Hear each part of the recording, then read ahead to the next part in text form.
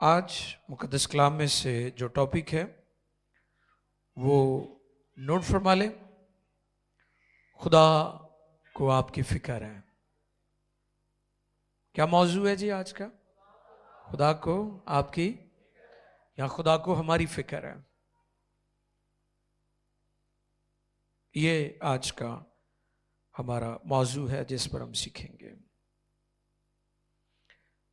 जो मरकजी आयत तिलावत के तौर पर हम खुदा के कलाम में से पढ़ेंगे वो पतरस के पहले खत में से है। पतरस रसूल की मार्फत लिखा गया पहला खत 5वां बाब और उसकी 7वीं आयत मैं आपकी खिदमत में चाहता हूँ कि पढ़ी जाए, तिलावत की जाए। तो इसलिए ध्यान से सुने। जिनके पास बाइबल मुकद्दस है वो बाइबल मुकद्दस खोलें, और जिनके पास नहीं है वो ध्यान से सुने। और कुछ लोग ऐसे भी हैं जिनके पास डिजिटल है, उनके मोबाइल के अंदर वो भी उसको इस्तेमाल कर सकते हैं। आए देखें खुदा के कलाम में से पतरस का पहला खत है 5वें बाब की 7वीं आयत मुकद्दस। आए देखें खुदा के कलाम पर गौर करें। खुदा के कलाम मुकद्दस में यूं रकम है जी, और अपनी सारी फिक्र उसी पर डाल दो क्योंकि उसको तुम्हारी फिक्र है। मौजू क्या है जी आज? खुदा को हमारी, वो आपकी फिक्र करता है। गौर कीजिए, आज का जो मौजू है, आज का जो पैगाम है वो ये है कि खुदा आपकी फिक्र करता है और खुदा चाहता है कि आप अपनी सारी फिक्र, आधी नहीं, एक हिस्सा नहीं, कुछ हिस्सा नहीं, बल्कि सारी फिक्र उसे दे दें। फेक काम बनना है, वरना नहीं बनना। वरना तुसी वक्त तो पहले बुढ़े हो जाना है। कई लगते ने उम्र थोड़ी होंदी है लेकिन वो शक्लों लगते ने बड़े बाबे ने, बेचारे बुढ़े ने। फिक्र ने उन्होंने बुढ़ा कर छड्या और लोगों को समझ नहीं आ रही। वो खुदा को मानते तो हैं लेकिन अपना बोझ और अपनी फिक्रें से देना नहीं चाहते। इस वजह से तरह तरह की बीमारियों का शिकार हैं, जिसमें ब्लड प्रेशर और शुगर तो आम है ना। इसने बहुत ज्यादा लोगों को मुतासिर किया। खुदा को आदम की फिक्र थी। खुदा ने जब उसे बनाया तो उसके बनाने से पहले उसके लिए बाग अदन को तैयार किया। गौर कर रहे हैं आप इस बात पर? खुदा ने बाग अदन को आदम के लिए पहले से तैयार किया, और जो जो आदम की जरूरत थी खुदा ने बाग अदन के अंदर उसके लिए हर चीज मुकम्मल तौर पर, पूरे तौर पर तैयार की हुई थी। अच्छा लिखा है कि खुदा ठंडे वक्तों में आदम को मिलने आता था ते बाकी टाइम आदम की करदा सी, उदा भी हल किया खुदा ने। उसके लिए हवा को बनाया, उसने उसको कंपेनियन, उसका मददगार, उसका साथी। बाकी जानवर जो थे वो जोड़ा जोड़ा थे। और मैं अक्सर शादी के मौका पर यह बात बताता हूं कि आदम ने खुदा से दरखास्त नहीं की थी कि बाकियां दे जोड़े ने तो मेरा क्यों नहीं। ना, आदम ने तो गल ही नहीं की थी। चुप रहिंदा सी, उदास उदास रहिंदा सी, खामोश रहता था। लेकिन आदम कहता नहीं था, लेकिन खुदा जानता था क्योंकि खुदा को उसकी फिक्र थी। और लिखा है खुदा ने उसके लिए एक मददगार यानी औरत हवा को उसके लिए बनाया। फिर मुकद्दस कलाम में जब हम गौर करते हैं लूत के बारे में कि जब खुदा ने सदूम और अमूरा के लोगों को, जिनकी बदी, जिनकी शरारत की आवाज और बदी की आवाज खुदा तक पहुंची, तो खुदा ने जब यह डिसाइड किया कि मैं सदूम और अमूरा के लोगों को तबाह बर्बाद कर दूंगा, तो कलाम में लिखा है कि खुदा ने अपने फरिश्ते को भेजा और वहां से लूत के खानदान को रेस्क्यू किया, क्योंकि खुदा को लूत के खानदान की फिक्र थी। लिखा है खुदा के फरिश्ते ने उनसे जल्दी कराई। क्या करवाई? ये क्यों जल्दी करवा रहे हैं? क्योंकि खुदा उनकी फिक्र करता है। और जब खुदा आपकी फिक्र करता है तो दुनिया वबाओं से, जंगों में मर रही होती है और ईमानदार, बरगजीदा और पाक लोग जो खुदा के हैं, जिनकी खुदा फिक्र करता है, खुदा उनको रेस्क्यू करता है वहां से, और खुदा ने उनको वहां से निकाला। और फिर ना कि वो इस तरह करता है, बल्कि जब हम मुश्किल में होते हैं, भूख में होते हैं, प्यास में होते हैं, हमारी बदनी जरूरत होती है खुराक। आप गौर करें कि खुदा एलिया की किस तरह फिक्र करता है। खुदा ने कौओं को हुक्म दिया कि जाओ एलिया को जाकर खाना दो। अच्छा, खाने च आलू पालक नहीं भेजे खुदा ने, ते ना ही हलीम या अपना चलियां दी दाल बना के भेज दिए। मैं ये तो नहीं कहता हूं कि पास्टर जो हैं वो खाऊ होने चाहिए, लेकिन हमें हमेशा खुदा के खादमों को अच्छी चीज पेश करनी चाहिए। ये चीज को पेश करता है कि हमारा दिल खुदा के लिए कितना खालिस है, कितना खुदा के लिए हमारा दिल दुरुस्त है। खुदा ने एलिया के लिए कौओं को हुक्म दिया, और कब हुक्म दिया? जब हर तरफ काल पड़ा हुआ है। अच्छा, गौरतलब बात यह है, और उस वक्त खुदा ने गोश्त मुहैया किया जब हर तरफ काल था। अच्छा, गौरतलब बात यह है कि जानवर भी मर चुके थे, काल था। जब इंसानों के लिए खुराक नहीं है, इंसान भूख से मर रहे हैं, बेवा कहती है कि मैं और मेरा बेटा खाएंगे और मर जाएंगे, क्योंकि इसके बाद हमारे पास कोई खुराक नहीं है, अनाज नहीं है, जानवर नहीं है, कोई चीज नहीं है। तो आप गौर करें कि कौवे एलिया के लिए गोश्त का खाना लेकर जाते थे, क्योंकि खुदा को एलिया की, वाह व्हाट अ ग्रेट गॉड,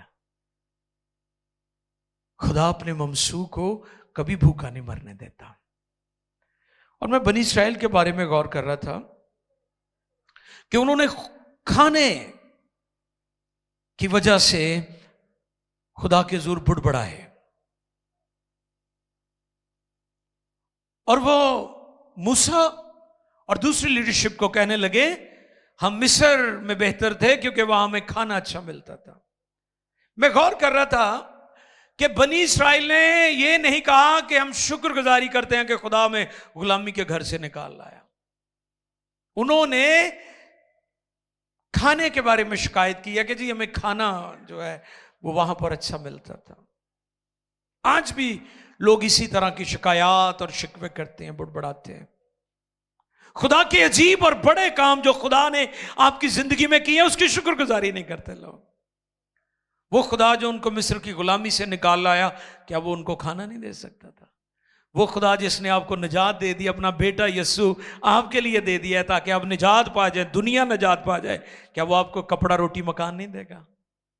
वो सब कुछ देगा क्योंकि उसे आपकी फिक्र है। मुकद्दस कलाम में लिखा है कि खुदा को नैनवा जो है वहां के लोगों की फिक्र थी। कौन थे वो? वो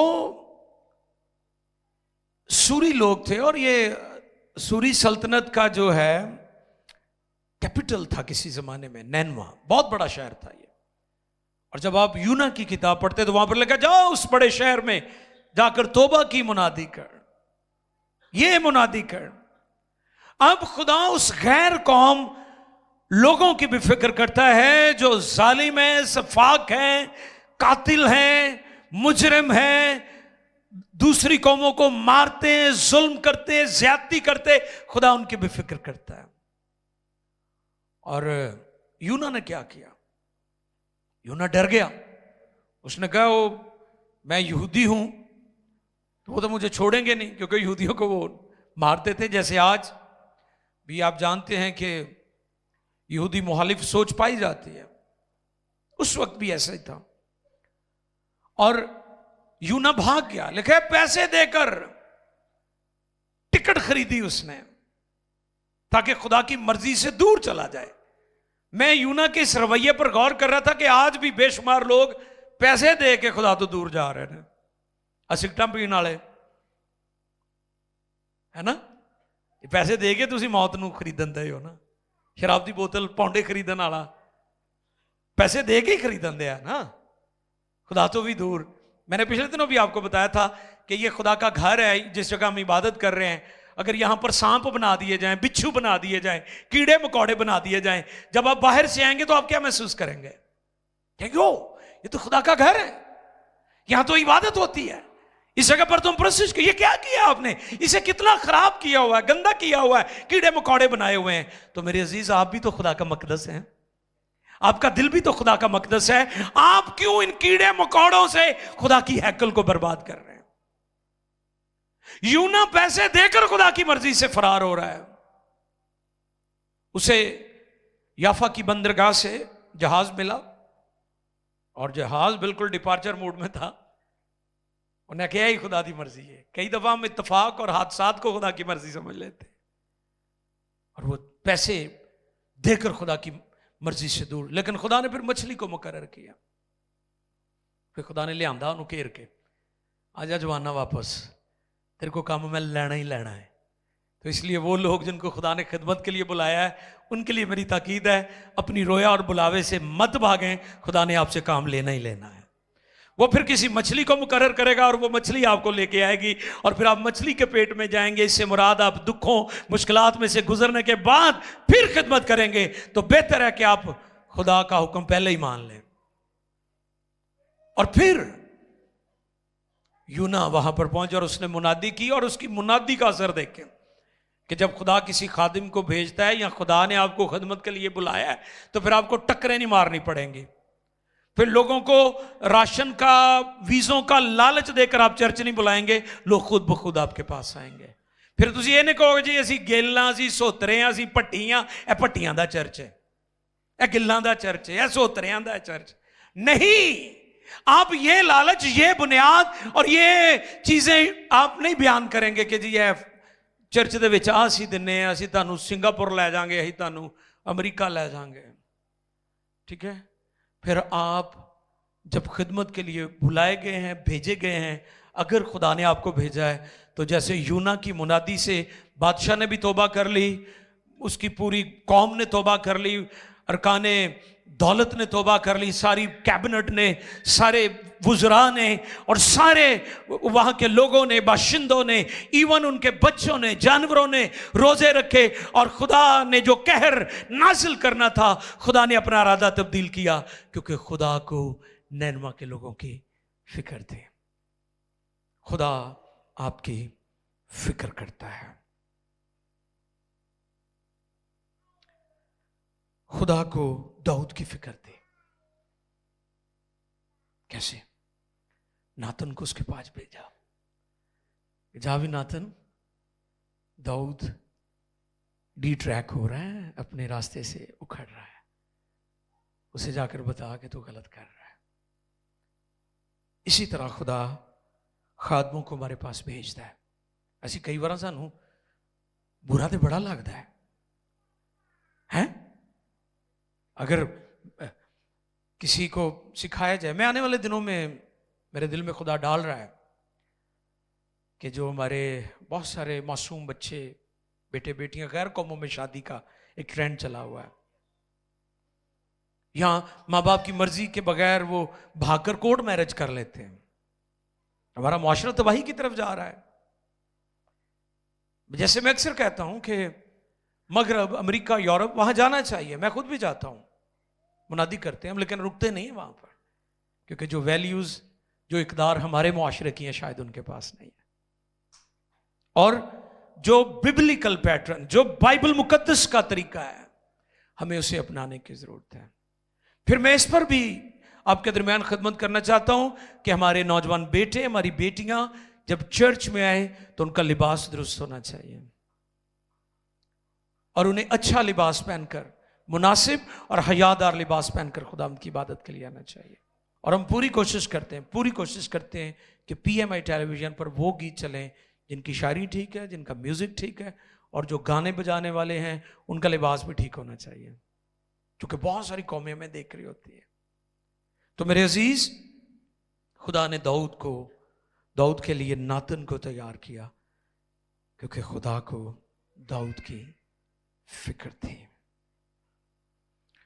फिर मत्ती 6 बाब की 25वीं आयत से 34वीं आयत तक पढ़ें, जरा पढ़ते हैं। ये हवाला पढ़ने वाला है और बड़ी खास चीजें हैं यहाँ पर जो मदद करेंगी आपकी। और फिर आप ये छोटी छोटी चीजों के लिए, ये आटे की जो बात है, इसके लिए आप बहुत ज्यादा वरी नहीं होंगे, बहुत ज्यादा परेशान नहीं होंगे आप, क्योंकि आपके पास वादे मौजूद हैं।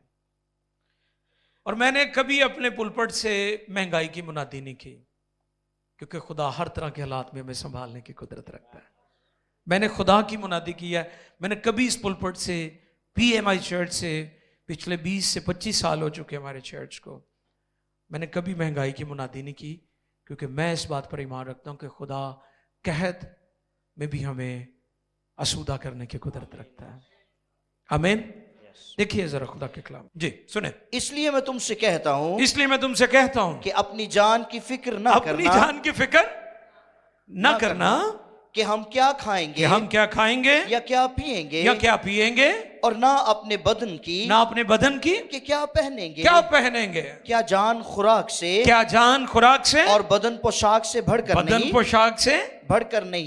नहीं। हवा के परिंदों को देखो।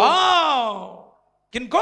हवा के परिंदों को देखो जी। न बोते हैं न काटते हैं, न कोठियों में जमा करते, पड़ोला ही नहीं है उनको दाने जे चुंदे ने। तो भी तुम्हारा आसमानी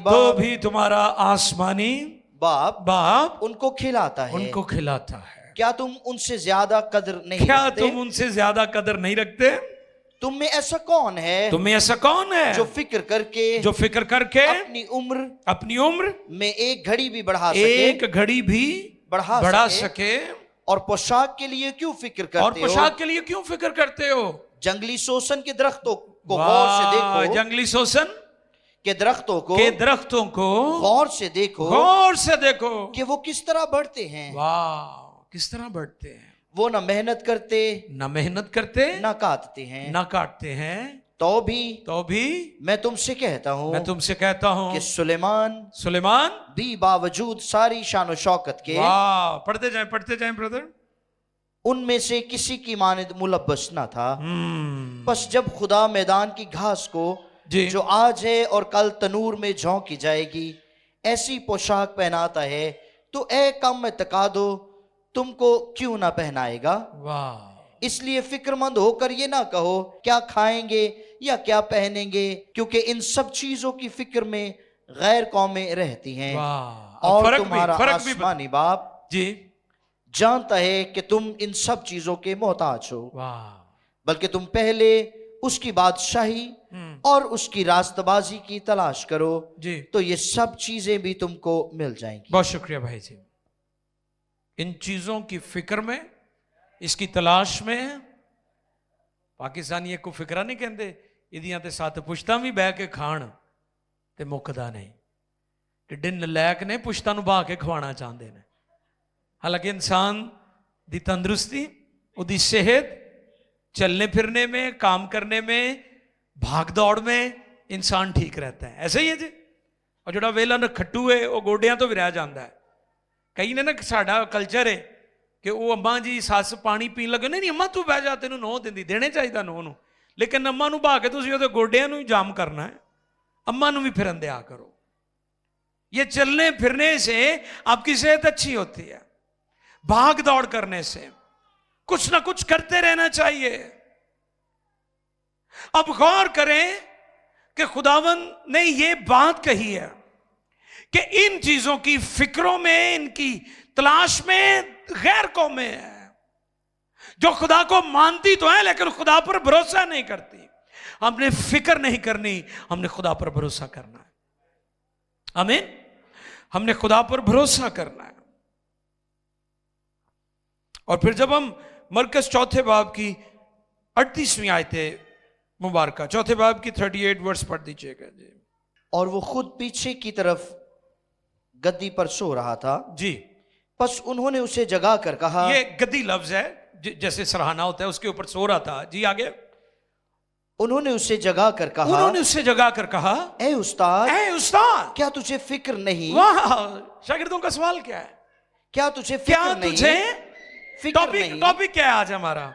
खुदा हमारी फिक्र करता है। खुदा को आपकी फिक्र है। उन्होंने कहा कि क्या तुझे हमारी फिक्र नहीं कि हम हलाक हुए जाते हैं। ये कब हुआ? आपको पता है कि यीशु मसीह ग्रासीनियों के इलाके में जा रहे हैं और वहां पर एक शख्स है जिसमें बदरूहों का लश्कर है, और मैंने पिछले दिनों भी बताया था उसके बारे में। यह उस वक्त का वाक्य है। अब इब्लीस ने कोशिश किया कि यीशु ਨੂੰ रांची में हलाक कर दवा, मार दवा। 12 उसने मारने की कोशिश की, क्योंकि वो नहीं चाहता था कि यीशु आए और ये शख्स आजाद हो जाए जिसमें मैं रहता हूं। रास्ते में अटैक कर दिया। अब शागिर्द जो हैं उनका हाल भी समझ ले कि आज जिस तरह हमारी हालत है कि हम फौरन ही परेशान हो जाते हैं। निकी जी परेशानी आई, थोड़ा जा किसी ने परेशान किया तो सिर ते असी बामा रख लिया, हाय मां मेरी मैं मर गया, बचा लो।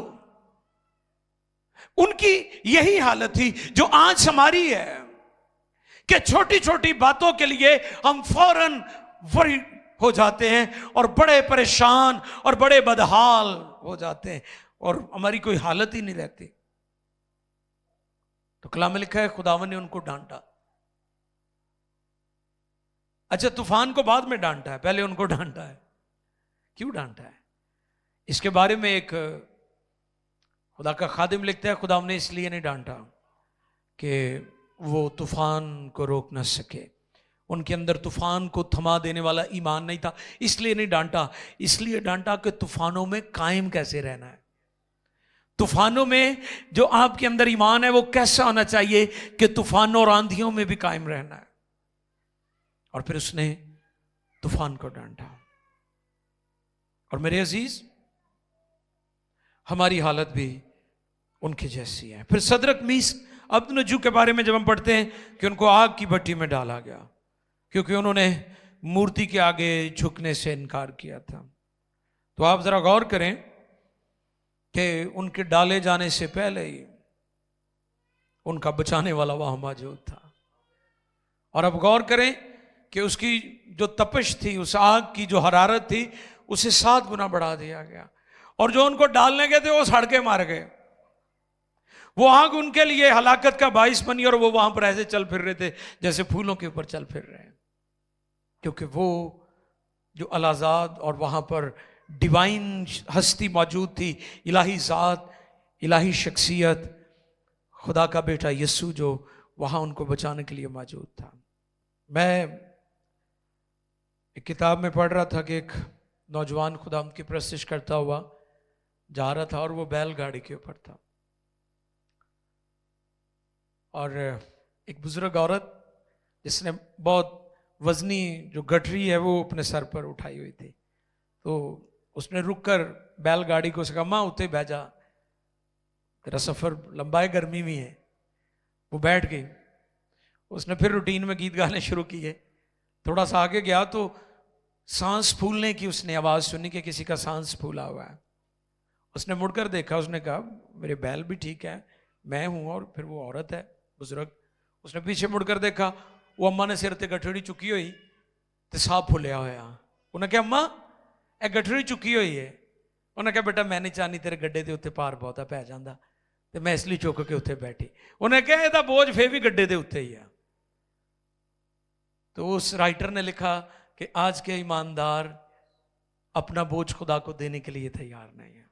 सांसें फूली हुई हैं, हालात खराब हैं, हाय हाय कर रहे हैं, ओए ओए कर रहे हैं, लेकिन अपना बोझ देने के लिए तैयार नहीं है।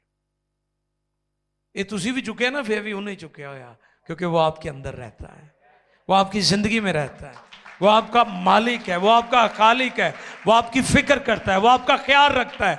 और कलाम फरमाता है कि अपनी सारी फिक्रें उस पर डाल दो क्योंकि उसको तुम्हारी फिक्र है। दानियल के बारे में आप जानते हैं, शेरों की मान में डाला गया, खुदा ने अपने फरिश्ते को भेजकर उसे बचा लिया। यूसुफ की जिंदगी पर गौर करें कि किस हालत में वो मिस्र में पहुंचा, लेकिन खुदा ने उसे बचाया और सरफराज किया। आमीन। वो जो कौमों का खुदा है वो आपका बाप है। और वो आपकी फिक्र करता है।